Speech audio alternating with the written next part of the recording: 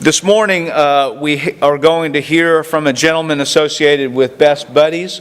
Joe Stevens is going to introduce him, but before he does so, we're going to put this note up on the screen here. Joe was nominated to be the Tennessean for the I Am Sport Award for his involvement in service. He also has been nominated since January for the Hands-on Nashville Mary Catherine Strobel Award.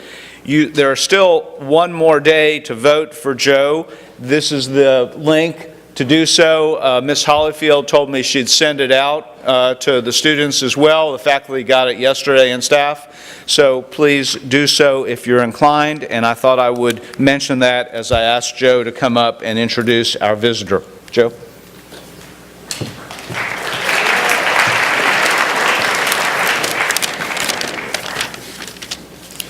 Good morning, gentlemen. In honor of the beginning of Best Buddies Month, our own Best Buddies chapter wanted to provide you all with a speaker that can both illustrate the impact that this organization and the active inclusion can have in someone's life. I happened to meet this speaker at our own Leadership Academy last year, and I was very impressed with his message. Therefore, I've invited him back to give you all the same talk. Daniel Mirtes is one of the many participants in the Best Buddies program who has found success. He is 26 years old and has autism, but he's very quick to tell you that he's not defined by this disability. He has many talents and focuses on his many abilities. Daniel has goals and dreams just like any of us do. Daniel has been involved in Best Buddies since 2012 when he became a member of the Citizens Program, also known as our Adult Friendship Program. And in 2015, he became one of the first participants to join the Jobs Program. Fast forward to now, Daniel works as a service technician in the IT department at Mirtes Healthcare, where he provides IT support to all staff. This promotion allowed Daniel to achieve another life goal of his, of owning his own condo in Franklin, which he enjoys today. To add to Daniel's list of accomplishments, he was also awarded the Best Buddies Job Employee of the Year at the 2017 Leadership Conference. Daniel has set goals which he has attained, and the message he wants to get across to everyone is to dream big and anything is possible. Please welcome Daniel Mirtes.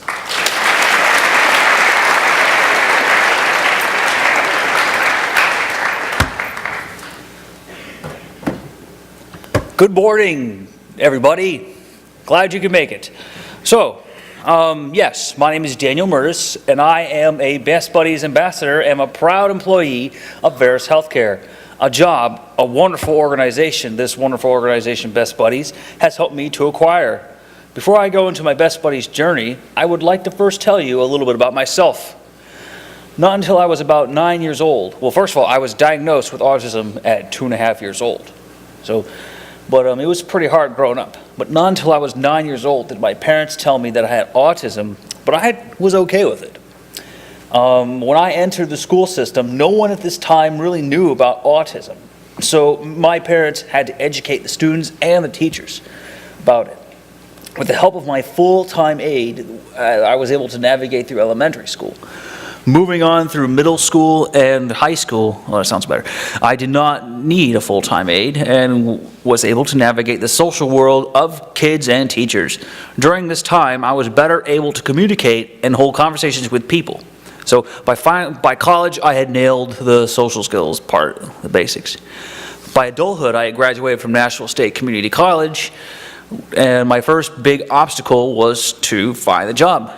During that time, before I found out about Best Buddies and before the jobs program was even around, there was no job services to help me find employment.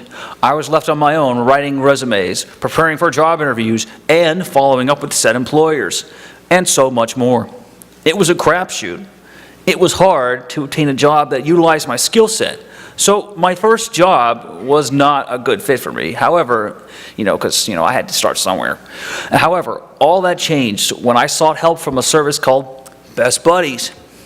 This organization not only helped me with forming friendships with neurotypical people, but also, most importantly, helping me to find a job that best suited my skills and interests.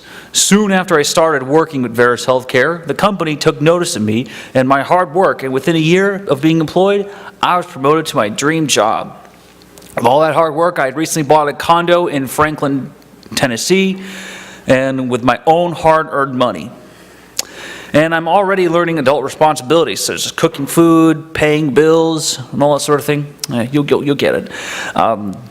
You'll get that one day. Best Buddies has made such a huge impact on my life that in 2017, I won the Best Buddies Jobs Employee of the Year award. Within a short amount of time, I've been able to accomplish so much in my job and my personal life with the help of this organization. Having to learn social skills throughout my whole life, up until now, I had to spend my whole life learning how to understand people's words in general.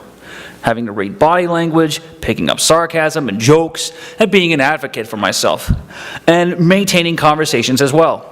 Thankfully, I've had the wonderful support of my family and my 3 brothers, all of which who are neurotypical, and my friends and family. Without them, I wouldn't be where I am today, and I wouldn't have achieved my goals if it wasn't for all that hard work. If it wasn't for my hard work that I've done in my entire adulthood, I did not, and I repeat, I did not let my disability define me. My job is all about ability. Best Buddies was the final key in making it all come together. Now, imagine for a second here. Imagine that you had a similar story, but nobody has ever met you before, and they don't know how you had to fight hard and work your way through the community to kind of make it through the community, and how you still sometimes struggle to navigate the world. Now, imagine how you feel if they referred to you as retarded, or if they called you a retard. Exactly, you would not be happy about it like me. You'd probably be very offended. And it would very much offend me. Very much. That word alone just makes people like me with IDD just feel like crap, like trash, like we're worthless losers that deserve to be put in a mental institution against our will. That's clearly not true.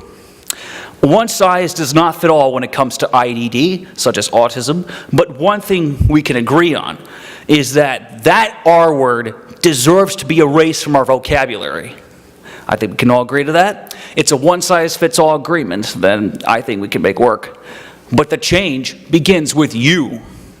It begins with you. When you walk the hallways and you see one student pick on someone else and call them the R word and all that, just stop them and tell them, hey, don't use that word.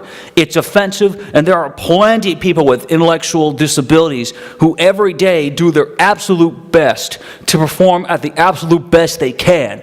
How would you feel if I called you the R word?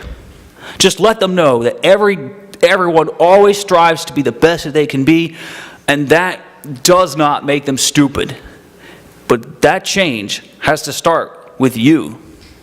With your support, we can create a more inclusive vocabulary that benefits everyone and it makes people from all different walks of life feel welcome. Thank you very much, everybody.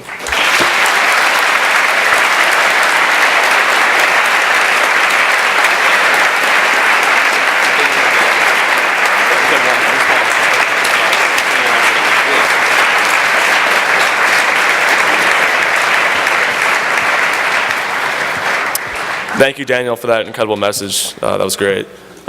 So this week, starting tomorrow in the dining hall foyer, we'll have a banner on one of the tables that we can all sign to pledge our efforts to end the use of the R word. Because, I don't think most people use the word in, a mean-spirited way, but for a lot of people, it's just part of a vocabulary that's just kind of used casually.